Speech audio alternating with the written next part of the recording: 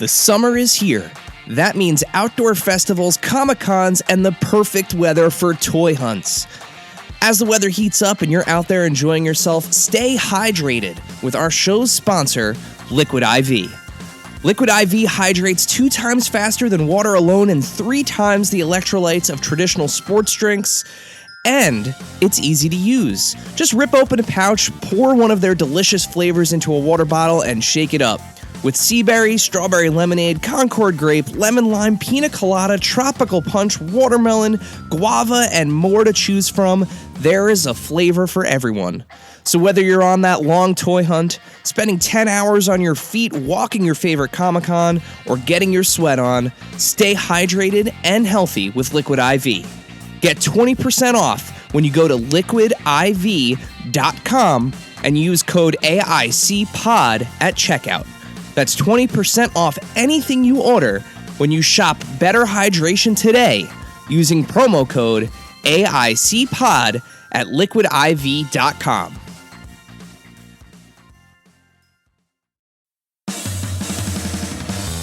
Are you ready, kids? Get your parents' permission, check your mailbox, and grab your shopping cart. It's time for the Adventures in Collecting podcast. I'm Eric. And I'm Dave. Welcome to Adventures in Collecting, where we talk toy news, culture, and hauls, along with our journeys as collectors. Hello, everybody, and welcome back to Adventures in Collecting. Hey, we're back. Dave, we are indeed we're back. Yeah, and we are no longer alone anymore. It's true. It's true. We took a break from having guests on for all of one episode, Mm-hmm. and we're back to having not only just a guest but a returning guest. And Yes. It's we're nearing the release of a special film that's coming out. This is definitely going to be a turtle-rific episode. I think we could say, right? So Yeah, I think it will be filled with much mayhem. yeah, very good. Very good. So, of course, when it comes to the rise of the Teenage Mutant Ninja Turtles and pop cultural significance, Playmates was practically there from the beginning. It's only appropriate that they help usher in this latest incarnation as Mutant Mayhem heads into theaters just this August. So joining us this week on the show is returning guest and VP of Marketing at Playmates, Pat Linden. Pat, welcome back to Adventures in Collecting. Thanks a lot, and thanks for having me. Very exciting times at Playmates, especially with the upcoming launch of Teenage Mutant Ninja Turtles Mutant Mayhem, which will be in theaters on August 2nd. Get that plug in, and I think everybody's very much looking forward to the movie. Absolutely. And we've been saying it for sure. Yeah, definitely. And we've been saying it for years, and it feels like it only becomes more and more true each year we've been doing this podcast. It's never been a better time to be a fan of the Ninja Turtles. It's just like that statement just keeps getting more and more true as we as we go on with the show. But before we jump into the Turtles themselves, just if you could, Pat, remind our listeners, how long have you been at Playmates, and what are you actually responsible for there? Yeah, so I've been at Playmates for 24 years. So I've been there for a while. Obviously wasn't there for the original launch of Turtles back in the late 80s and 90s, but have been there since obviously 1998. So saw the 4Kids era, as I like to call it, with Ninja Turtles when 4Kids was working directly with the co-creator Peter Laird and the Mirage Group. Been there since 2003. Obviously was there when Nickelodeon purchased the IP, I believe in 2011, and then relaunched with the TV show in 2012. And obviously there for the rise of, and now for Teenage Mutant Ninja Turtles Mutant Mayhem, which is very exciting. Yeah, for sure. I mean, we were very lucky to be among some of the first people to see the new figures at their reveal in New York earlier this year, and the energy was high energy. It was buzzing. How has it been watching fans react to the new designs? No, it's been great. And obviously, I follow social media quite regularly. And, in New York, we were able to unveil the Turtles. And then just a couple of weeks ago with the release of the second trailer, and that trailer featured the Mutants. And so since then, we've unveiled the mutant characters in the form of action figures as well. And I think for the most part, the response has been very, very good. I see a lot of positive responses. Yeah, you're always going to have your negative Nellies out there, as I call them, that will talk down this or that. But for the most part, I think the Ninja Turtle fans are very excited for Mutant Mayhem. And we are too, as a company. Yeah, I mean, I'm just speaking as somebody who's, a parent of a soon-to-be 8-year-old. She's enjoyed the kind of Turtles by proxy, through me and through, her uncle. Through both our kind of older toys and some of the reissues that have come out, and of course, like the old media. But it's been great seeing her, how viscerally she's reacted to these new Turtles. Like, it's like these are Turtles for her generation. No, I agree. And, some of the comments I see are that, this Mutant Mayhem definitely does pay somewhat homage to the original series in terms of look and style of the Turtles. You have the brickwork, you have the sewer elements, the sewer lid cover, all those elements. And then the characters themselves. I mean, they are bringing back a lot of the classic characters that were huge back in the 80s and 90s that, obviously Seth Rogen and the Point Grey team have reimagined to put their own unique look and spin on them. But, those are characters that are beloved by that original audience back in the 80s and 90s and will be loved by the new audience in, 2023 and 24. And it was really cool too, seeing like the art style from that trailer, because really, when we first saw those figures, we had less than a day of having seen the trailer and being able to take it in, and really just seeing how well it translates to that toy form. It's really cool to kind of see this new style in toys, but still have that same feel of like what we know and what people who have just, like my niece, who have seen the old material, be like, this, it's still familiar to everybody, but it's its own thing. It's still a new kind of different fun energy around it. Yeah, I think Nickelodeon and specifically Point Grey, Seth Rogen and the team have done a really good job of making these figures look unique for today, but at the same time, kind of has that tingle, I guess, as I would call it, of the look of the Turtles back in the 80s and 90s as well. So, we've seen Turtles from all forms of media now translated into toys over the years.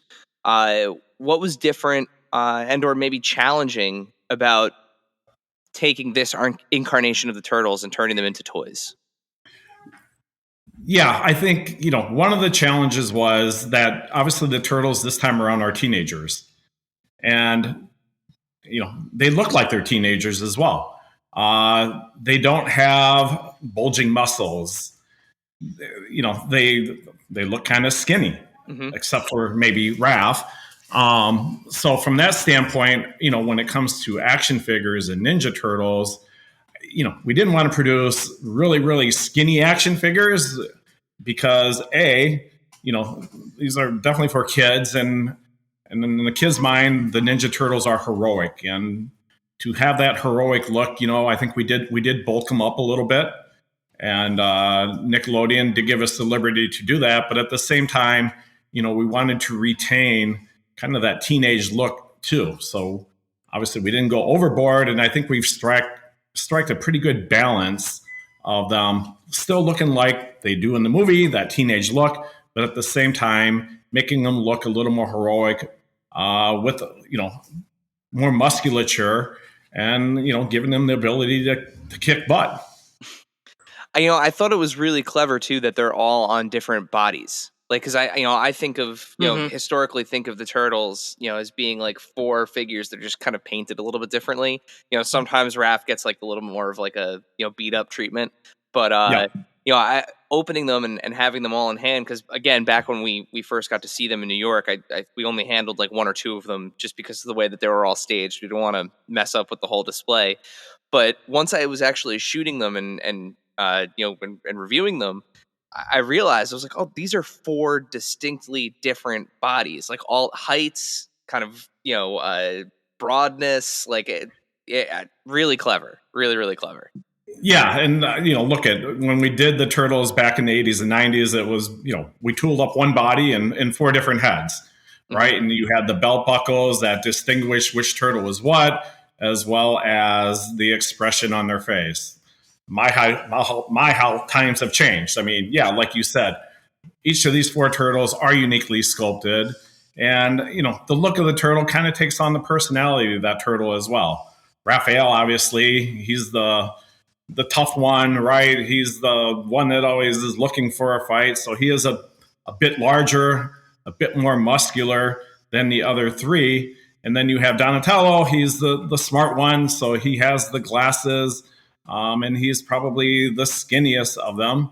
But at the same time, he still has those ninja skills and can kick butt as well.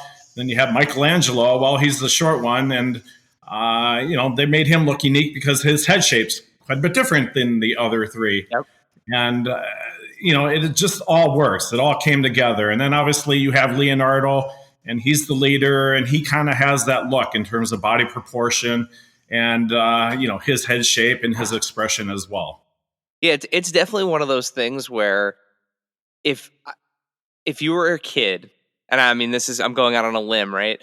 But like if a kid has never had a single touch point with the Ninja Turtles ever, like going in completely blind, if they picked up these four figures, I think that is immediately like, oh, this is the silly one because he's short. Mm-hmm. This is the nerdy one because he's got the glasses and he's got the phone in his fanny pack.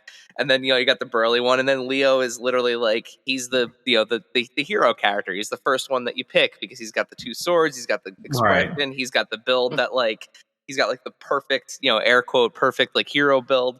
It's just that attention to detail on a $10 kids toy is one of those things where it's like, this is how you toe the line between an action figure that's for a kid, but like an adult can also appreciate, because it really does toe that line very well. So I was really impressed. Well, thank you. No, again, kudos to Nickelodeon and the team at Point Grey for the designs for the turtles, because personally, and I may have a biased opinion here, but I think they nailed it in terms of the look of the characters and like we just talked about, bringing out the personality of those characters just in the look. Even if you didn't know anything about the turtles, like you just said, Eric, you could probably have a pretty good idea of what their personalities are like just based on their appearance alone. Mm-hmm. Yeah, for sure. Now, the Turtles line has a long history of working with some incredible designers and sculptors. What was it like working with Phil Ramirez on the Mutant Mayhem figures? No, look at it. Working with Phil was great. I mean, obviously, he's been a sculptor for a long, long time, and he worked on some of the very original Ninja Turtles when he was at Varna Studios. So, when we were looking for sculptors, and again, nothing against Varner either. He did a very, very good job and still does great work today.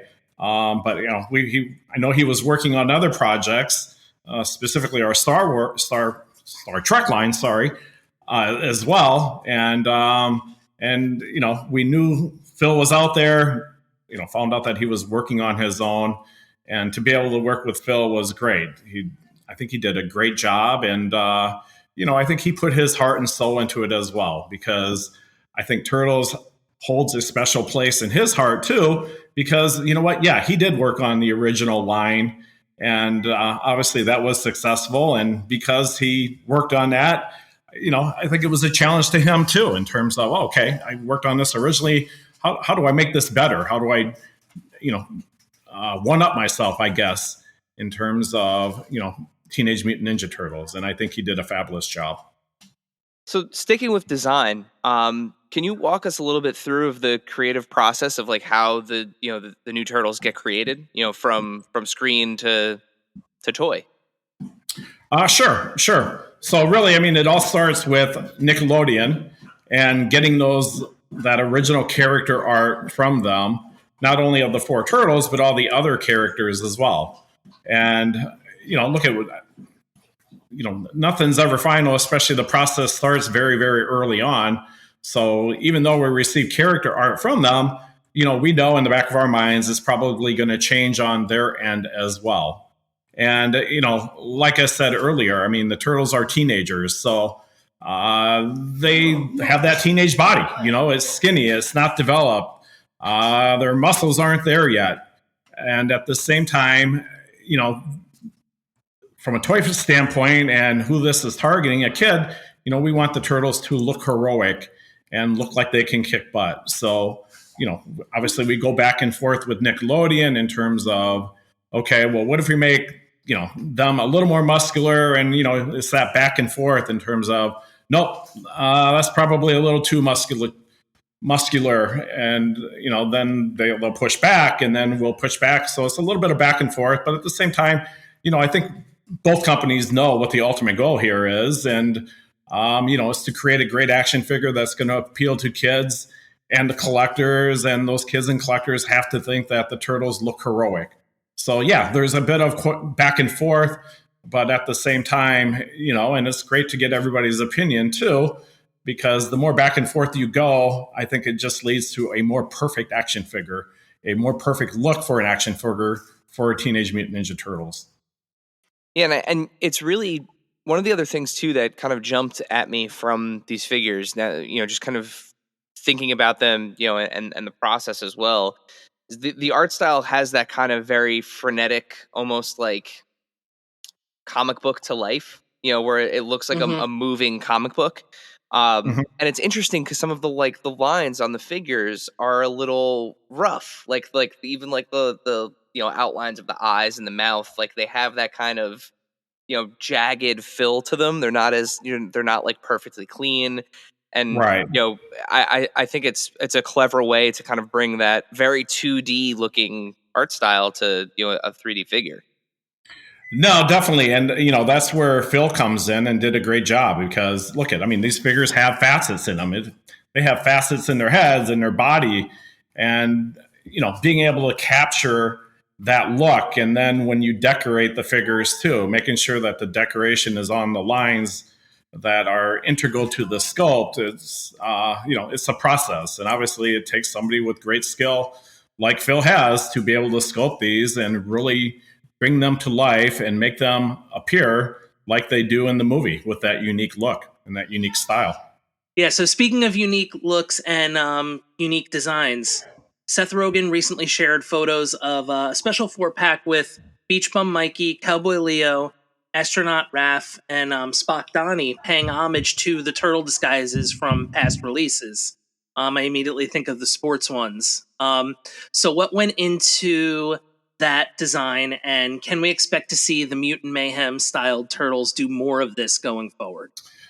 Well, I can tell you that those 4 turtles were like, oh, these are such great characters, and they based the designs on what we did back in the 90s.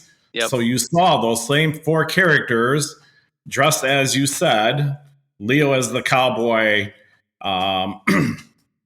Mikey as the beach bum, Donatello as Spock, and Raph as the astronaut.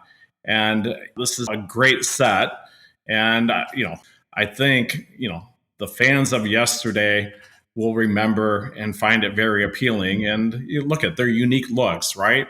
Yeah. Now, if they could get in like the pizza shooter, that would. See, I was thinking, listen, like I love a good, like well-timed multi-pack. Let's get the 4 new turtles as the Universal Monsters. Like let's do that for a Halloween 4-pack at Walmart. That's what we got. That's where we got to go next. Yeah, and who knows? That could happen. So sticking with the idea of kind of like, the toy culture of the Turtles, one of the best parts, of course, is the kind of world building aspect with vehicles and play sets. We've seen a little bit of column A and a little bit of column B so far. How did you approach those concepts of play sets and vehicles for Mutant Mayhem? So when it comes to vehicles, the pizza van, the pizza fire van, as we call it, I mean, we knew that was going to be in the movie. And again, kudos to Seth Rogen and his crew, because, that van has a lot of elements taken from the original party van as well. So, that was a no-brainer. April's scooter, yeah, obviously that wasn't from the original series, but we're like, what? Let's plus it up a little bit. Let's take the sidecar from the cycle that we did back in the 80s and 90s that had a sidecar, and we'll put it on the scooter and put a unique feature on it in the fact that it transforms from a sidecar or could ride from the back as well. And again, I think that, a lot of the fans from yesterday will remember that and be able to recognize, the sidecar was a very popular cycle back in the day. And then the Ninja Kick cycle, that was based just on a very cool inventor concept that we saw, where the figure can hold on to the handlebars and you toggle the pizza slice on the back seat from side to side, and the figure jumps off the seat and kicks from side to side as well.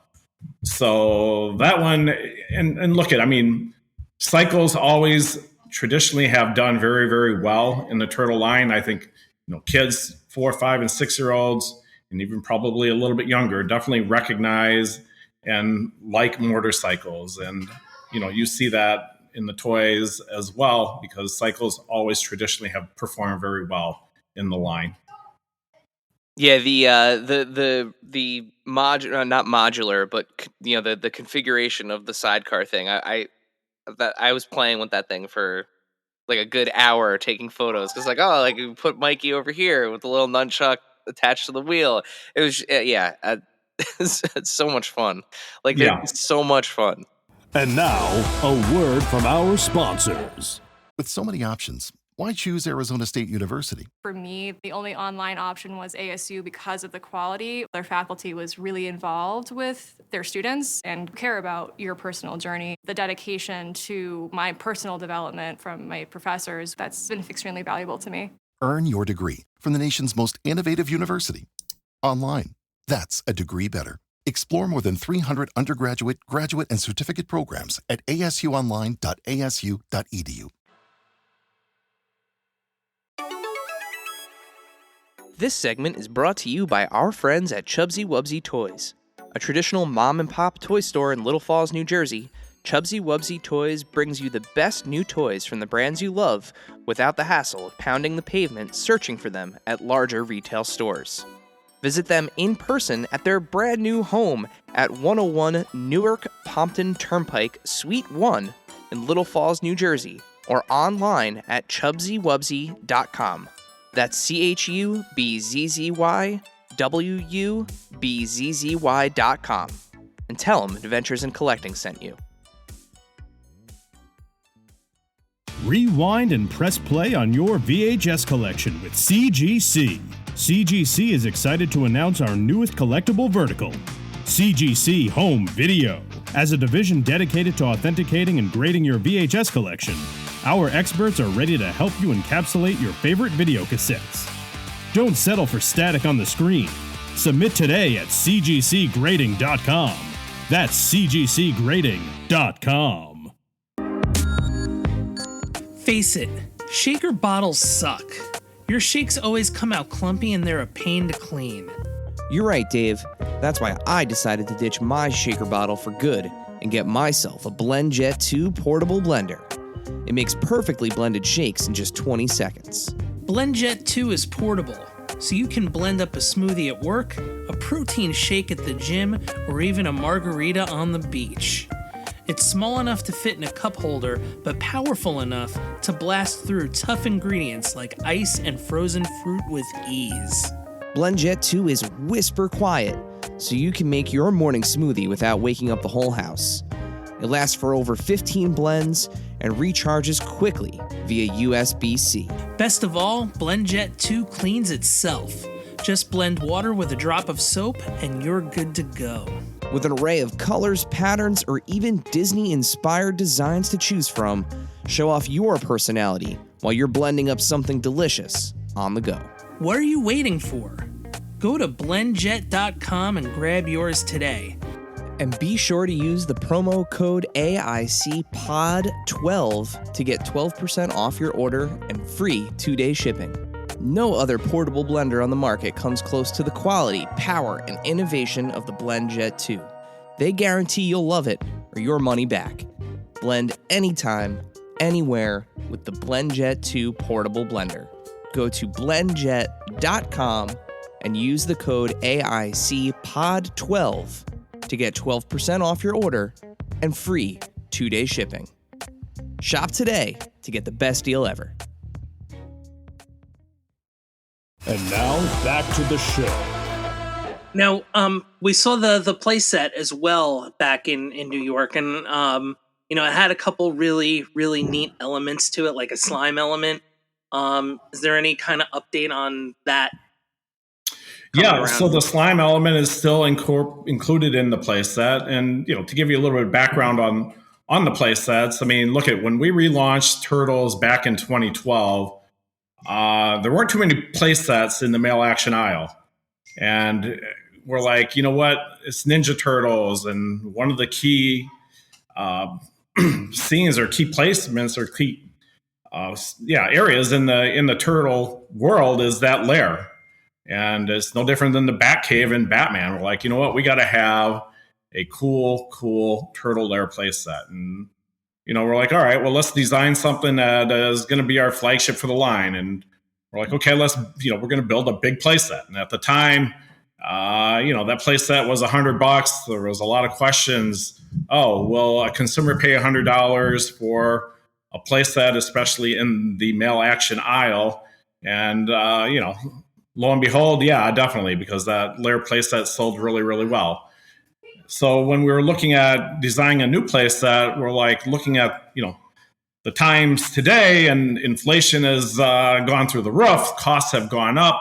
We're like, well, you know what? Let's just take a step back. Instead of doing that humongous playset that in today's world would probably cost $150, let's downsize it a little bit. And again, pay homage to the original sewer layer playset that we did back in the day. So we obviously made it smaller, made it modular with the subway station that you can move and place wherever you want, but we loaded it with a ton of fun features. And yes, ooze is still definitely a big part of the playset, and still has the tube where you can pour the ooze into and ooze the baddies, or use the ooze ball and roll that down the tracks to take out some baddies as well. But yeah, and you know what? We did it all for less than $100. So very happy about that. And I think the fans appreciate that as well. And the fact, the line itself, I think we've done a good job of keeping it affordable. And look at, the core of the line is still the action figures. And, if you look at the retail today, it's hard to find an action figure for less than $10. And that was our goal, was, really provide a lot of value, not only with the action figures, but include a lot of accessories as well.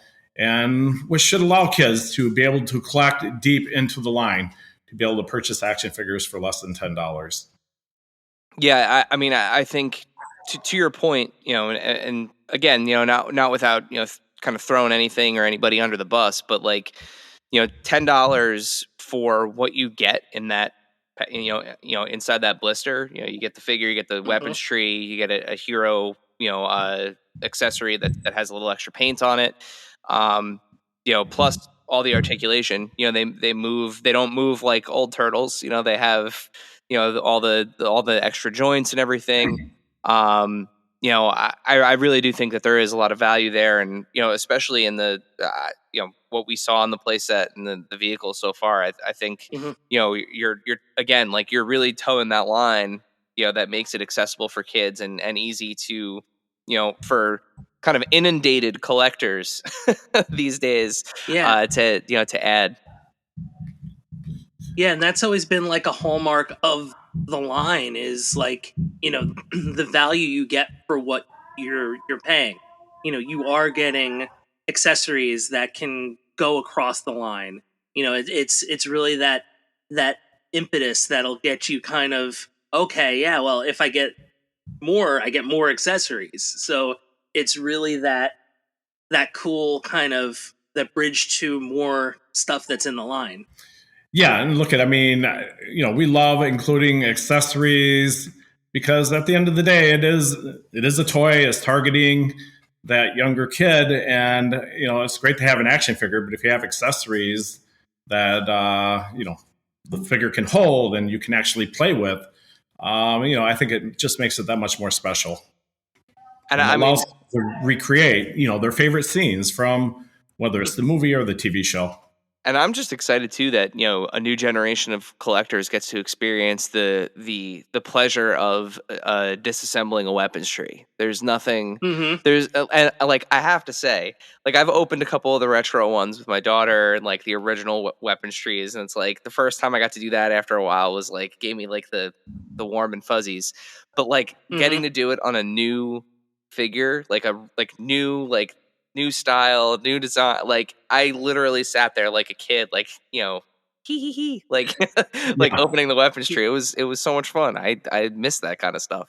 Yeah, that was always my favorite part. Is like, okay, giving characters stuff. Yeah, like, oh, they have more stuff that they can carry, not just katana or a bow staff or anything like that. My favorite weapons tree item. So I'm admittedly a Donnie guy. I'm not a Mikey guy, but my favorite weapons tree accessory came with Mikey on this. I love the microphone nunchucks. Oh. Those are hilarious, and I really, really hope they show up in the movie.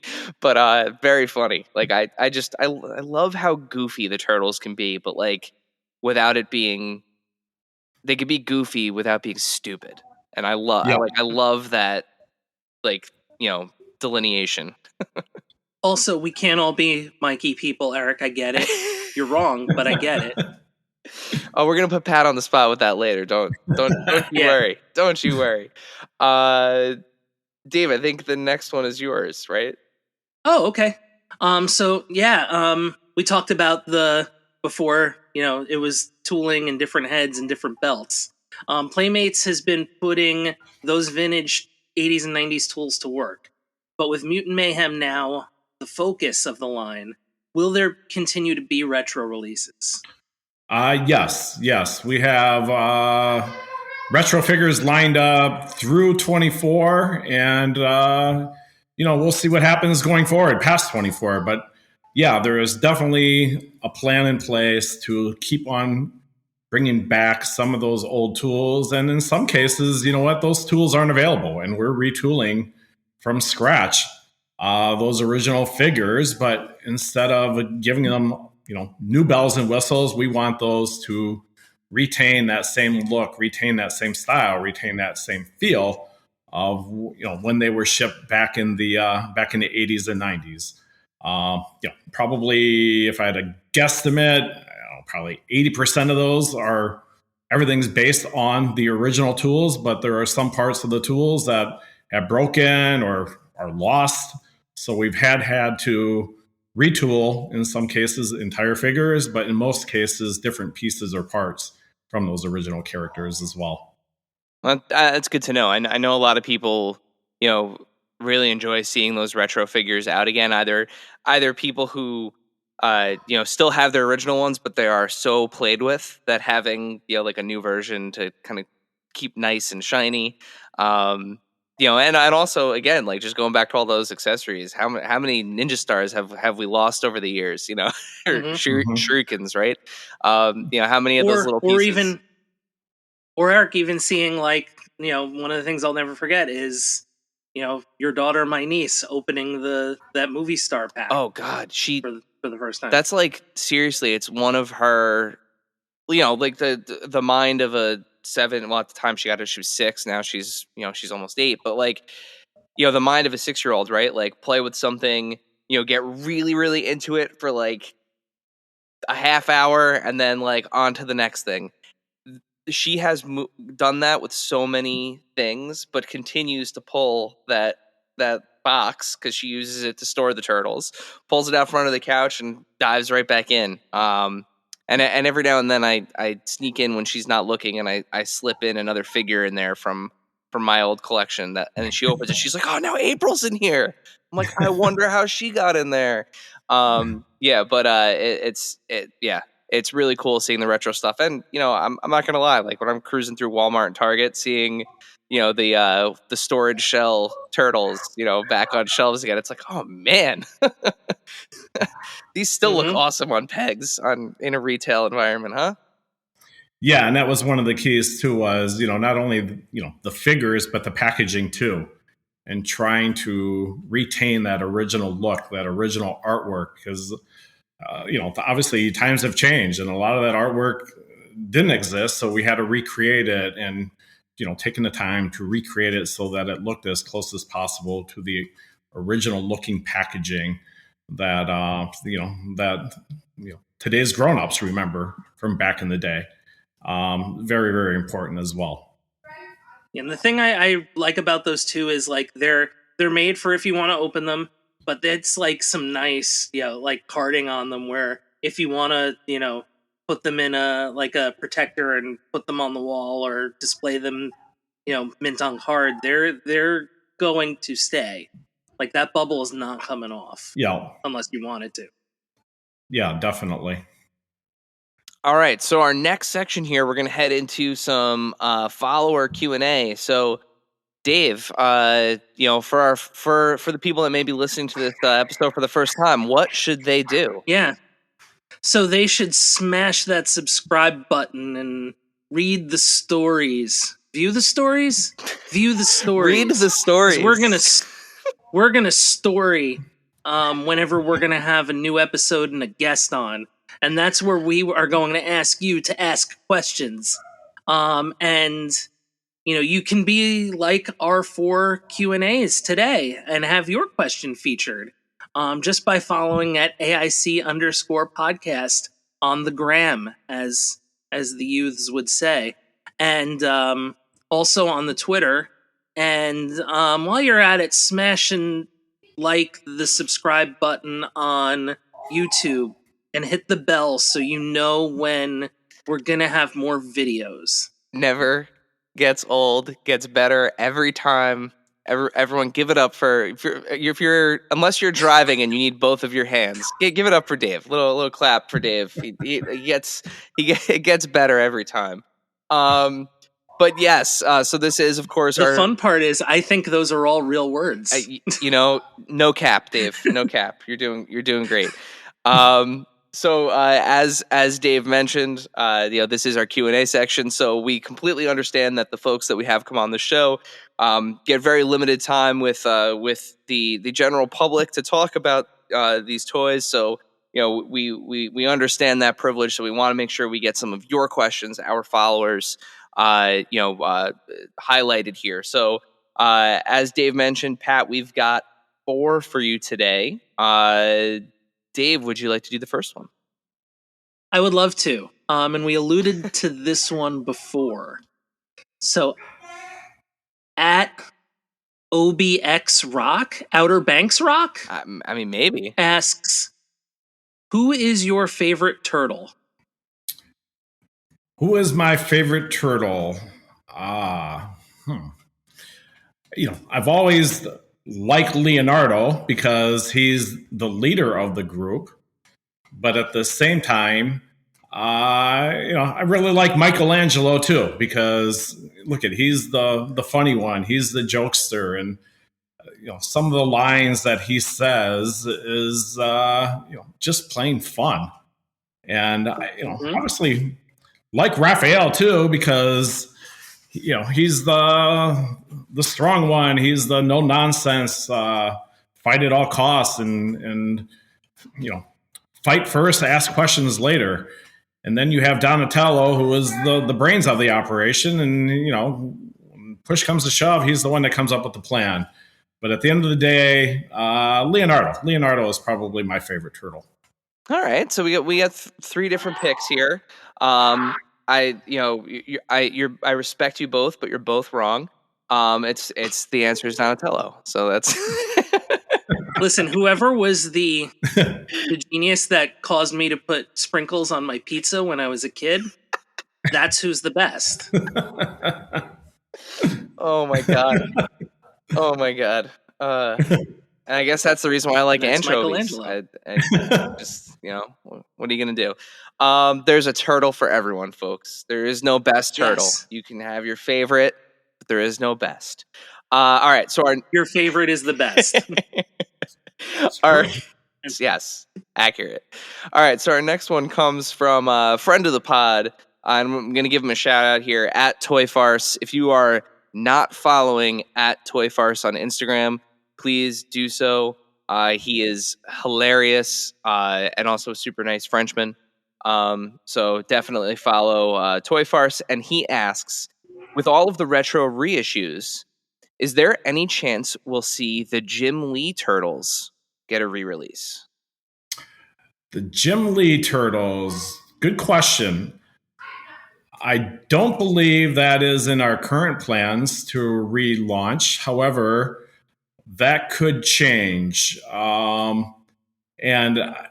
it could be that it's not in our plans because of rights issues, more so than the tools not being available.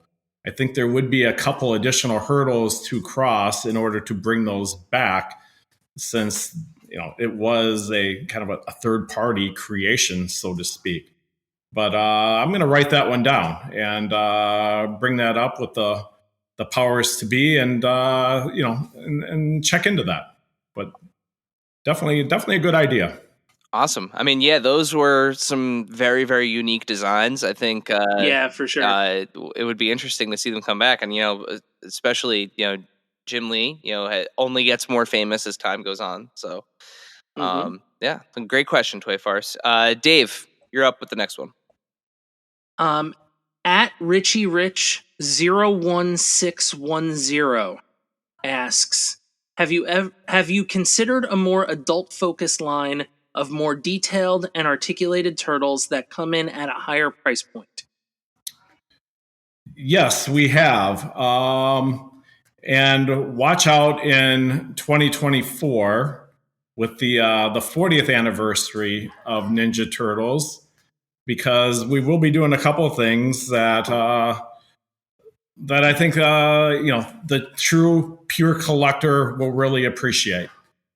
Ooh. And I'll leave it at that. I don't want to go too deep into it, but yeah, definitely doing the turtles and redoing those, and giving them more of today's sculpting technology is something that we've been looking at.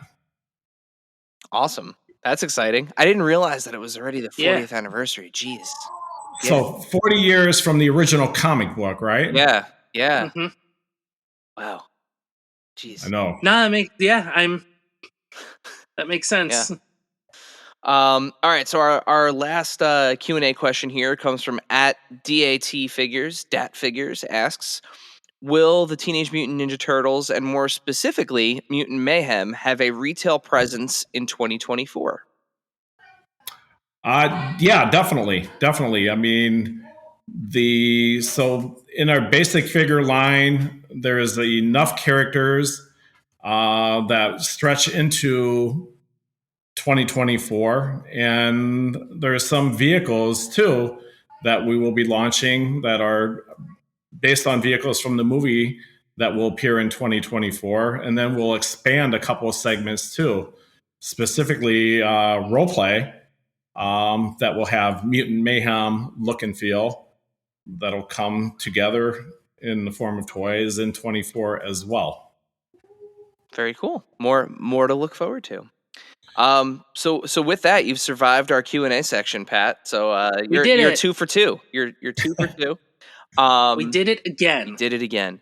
But before we let you go, since you have already been a guest on the show and you've already had a chance to answer our standard final question that we ask to all of our guests, Dave, would you like to fulfill your role as this podcast's James Lipton and ask our alternative final question? Why, yes, I would. Since you have already been on our show before and have answered our show's final standard question, we have prepared an alternative for you. If you could form one ultimate Teenage Mutant Ninja Turtles team using any variants of the 4 turtles from Playmates history, what would it be? So, obviously that original turtle from the 80s, 90s would be one. The 2012 Turtles would be a second. Mutant Mayhem would be a third. And probably the 2003 Four Kids Turtles would be the fourth. And I think you have a good mix in there because back in 2003, that was based on Peter Laird's vision of having the TV series follow more in line with the original comic book, which was kind of dark and edgy. And, the Turtles for that kind of took on that look. Obviously, with Mutant Mayhem, they look a little younger, so you have that more teenage look. And then the 2012 series, again, I think paid homage to the original classic look, but at the same time had a cool look all of its own as well. So I think those 4 would be my choices. And, obviously there has been movies and other TV shows, but I think those 4, probably are nearest and dearest to my heart. Great answer. And I'm thinking this is one of those ones, Dave, where we should probably answer too. We should probably put teams together. Yeah. Do you want to go first, or do you want me to go first? Oh, okay. Do you need time to think? Because I was kind of thinking about this while Pat was answering, so I think I have my 4. I actually think I gave you my answer. Did you really? When I first came up with the question. Okay, so you look up your answer. I'll give mine. I'm going Universal Monsters. Yes, I actually do have it. You do. That's funny. Okay, I'm going Universal Monsters mashup. I am going Mutant Mayhem. I'm gonna go the sports one. I'm gonna do a sports one. And I'm gonna go a 2003 turtle as well. That's gonna be my 4. So I actually I sent it to you down to the character, but I'll just go the lines. Okay. So I have the WWE crossover.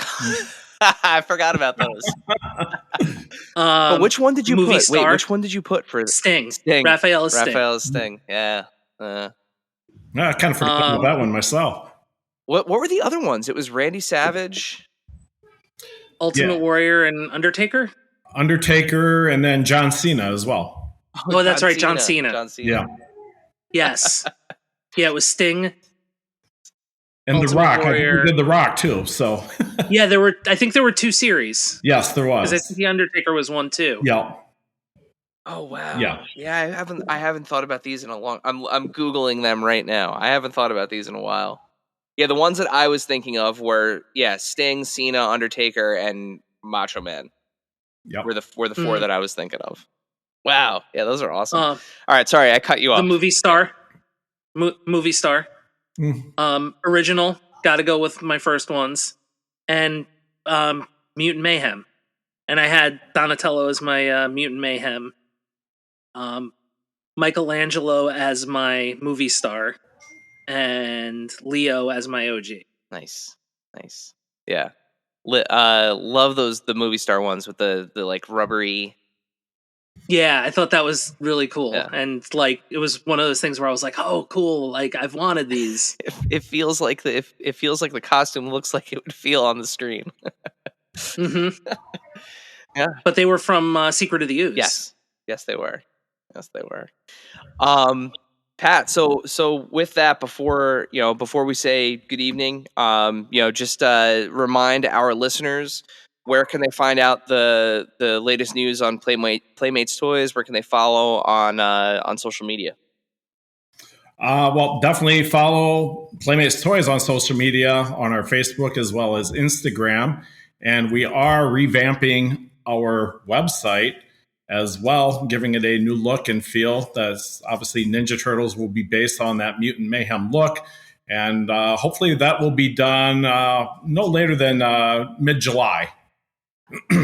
Awesome. So, we'll have all the latest toys and introductions there as well. Obviously I hope the fans continue listening to you guys and your podcast, and, we'll feed you information as soon as we get it. And I know there's another event called Sweet that's coming up that will happen in New York, and we will be there for that as well. And then shortly, with Toy Fair moving to September this year, we'll have a booth at Toy Fair too. And that will have the latest and greatest on Ninja Turtles, and what's new in the Ninja Turtle world will be featured at Toy Fair as well. And we will definitely be at Sweet, and we should be at Toy Fair as well. So we'll be sure to see you guys there. With that, Dave, I think the only thing left to do is to send everybody home. Yeah, Turtle Power. Thank you, dear listener, for hanging out with us today. Subscribe, rate, and review us wherever you listen, and then tell your friends to do it. Thanks also to Joe Azari, the golden voice behind our intro. Our music is Game Boy Horror by the Zombie Dandies. Find more about them both in our show notes. Follow us on social media at AIC_podcast on Instagram and Twitter. Stop by and say hi, show us your toy hauls, and share your toy stories. Maybe we'll talk about it in a future episode. Don't try this at home. Void where prohibited and some assembly required. Each sold separately, not a flying toy. Consult a physician if your toy run exceeds more than 4 hours. This has been a non-productive media presentation. Executive producer, Frank Hablawi. This program and many others like it on the Non-Productive Network is distributed under a Creative Commons Attribution Non-Commercial No Derivatives license. Please share it, but ask before trying to change it or sell it. For more information, visit non-productive.com.